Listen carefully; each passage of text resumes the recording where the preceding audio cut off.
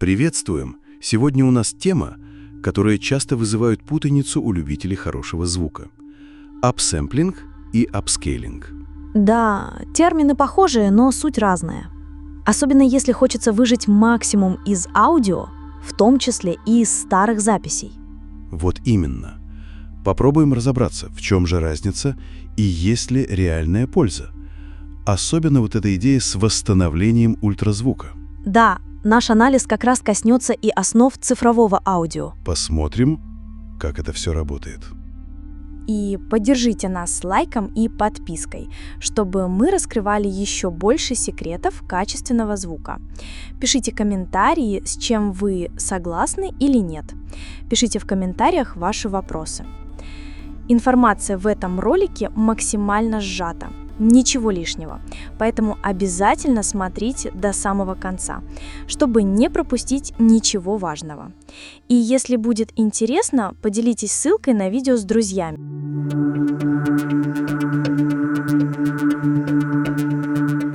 Отлично. Ну что, начнем с простого. Что такое апсэмплинг? Апсэмплинг — это когда мы берем цифровой аудиосигнал и увеличиваем его частоту дискретизации, то есть количество замеров звука в секунду, количество кадров киносъемки, в кавычках, звуковой волны. Увеличиваем. Да.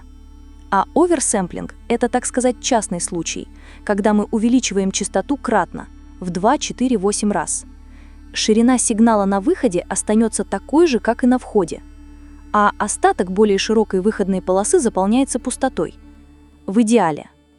В реальности, в этом пустом, в кавычках, пространстве, качественные конвертеры имеют экстремально низкий шум, неслышимый уху, даже не всегда видимый на спектрограмме, а конвертеры попроще имеют шум повыше и заметные алиасы в спектре. Алиасы мы рассматривали подробно в видео по ссылке в описании. А зачем? Ну вот практический смысл для меня, как для слушателя. Смотри, основная цель тут скорее техническая. Это чтобы подогнать сигнал под конкретный ЦАП, преобразователь цифры в аналог. Иногда это помогает самому ЦАПу работать, скажем так, почище, отодвинуть шумы и цифровую фильтрацию повыше по частоте. То есть это для устройства больше? В первую очередь, да. Потенциально на выходе некоторых ЦАПов звук может стать чуть чище. Оверсэмплинг делается либо интерполяцией, вычислением промежуточных значений, либо просто вставкой нулей и потом фильтрацией.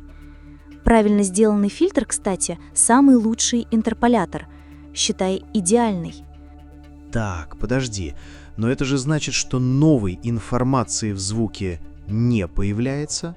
Мы просто как бы переупаковываем данные? Абсолютно точно. Вот это ключевой момент. Апсэмплинг работает только с тем, что уже было в исходнике. Ничего нового он не добавляет. Качество, конечно, зависит от фильтров, но новой музыки там не появится. А вот ЦАП может работать по-другому с новой частотой дискретизации. Это и может улучшить звучание той же записи. Подробнее мы рассматривали в видео по ссылке в описании.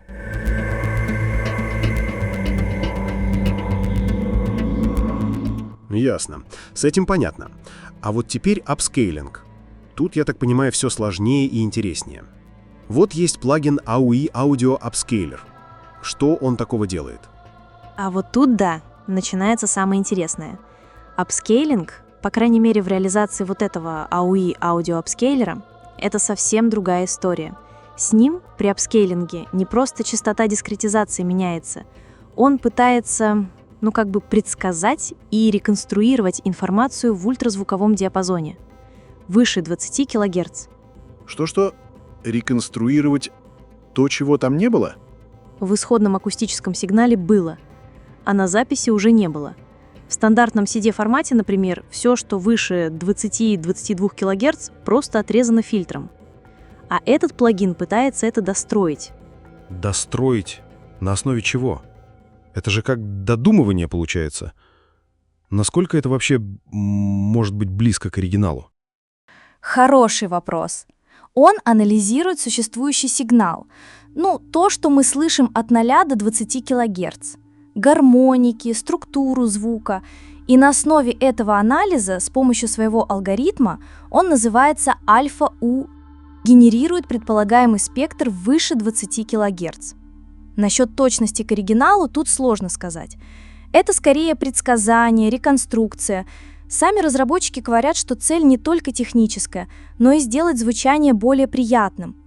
То есть тут уже элемент творчества, ремастеринга, что ли.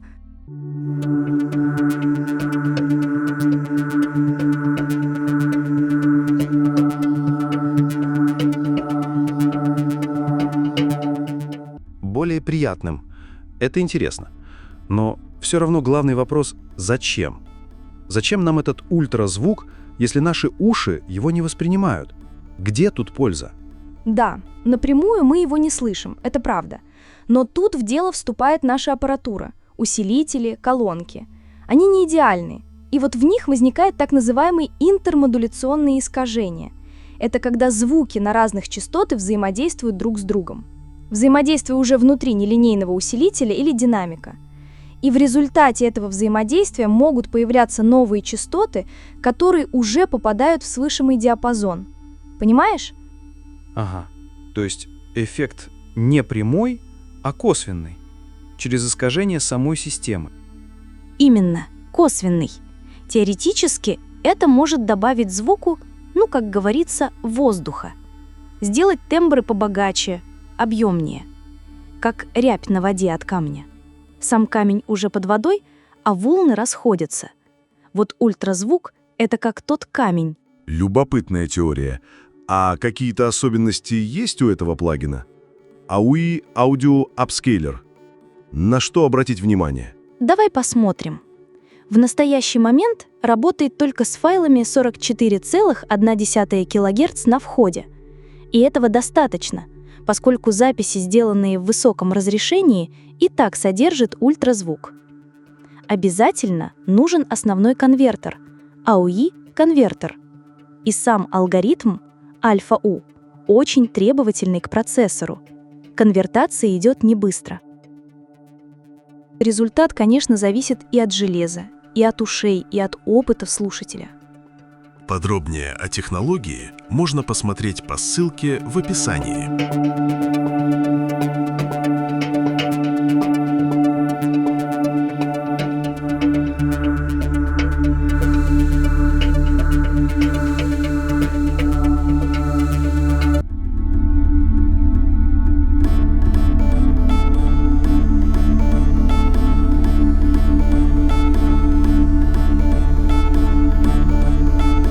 Понятно. Значит, давай попробуем подвести черту. Апсэмплинг — это чисто техническая штука. Меняем частоту дискретизации имеющихся данных, чтобы помочь ЦАПу. Да.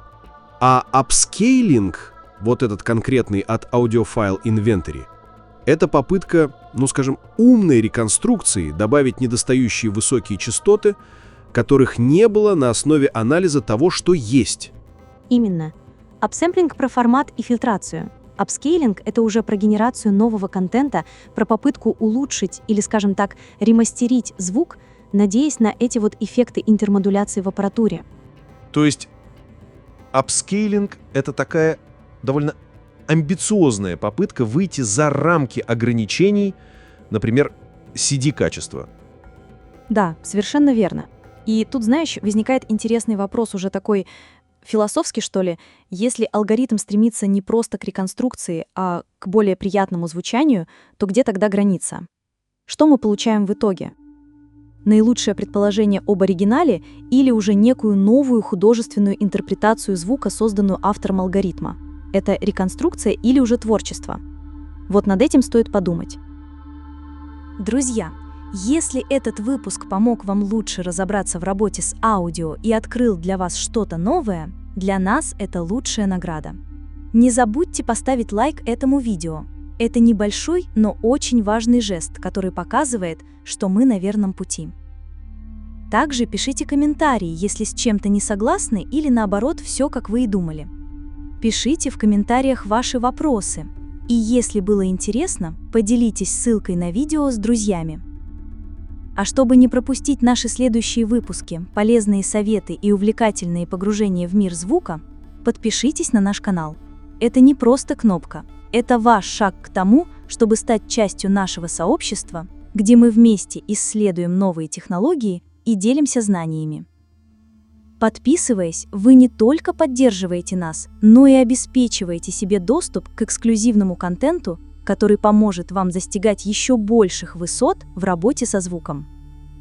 Ваша поддержка вдохновляет нас на создание новых видео, а мы продолжим радовать вас качественными, информативными и полезными материалами. До новых встреч, друзья! И пусть ваш звук всегда будет безупречным.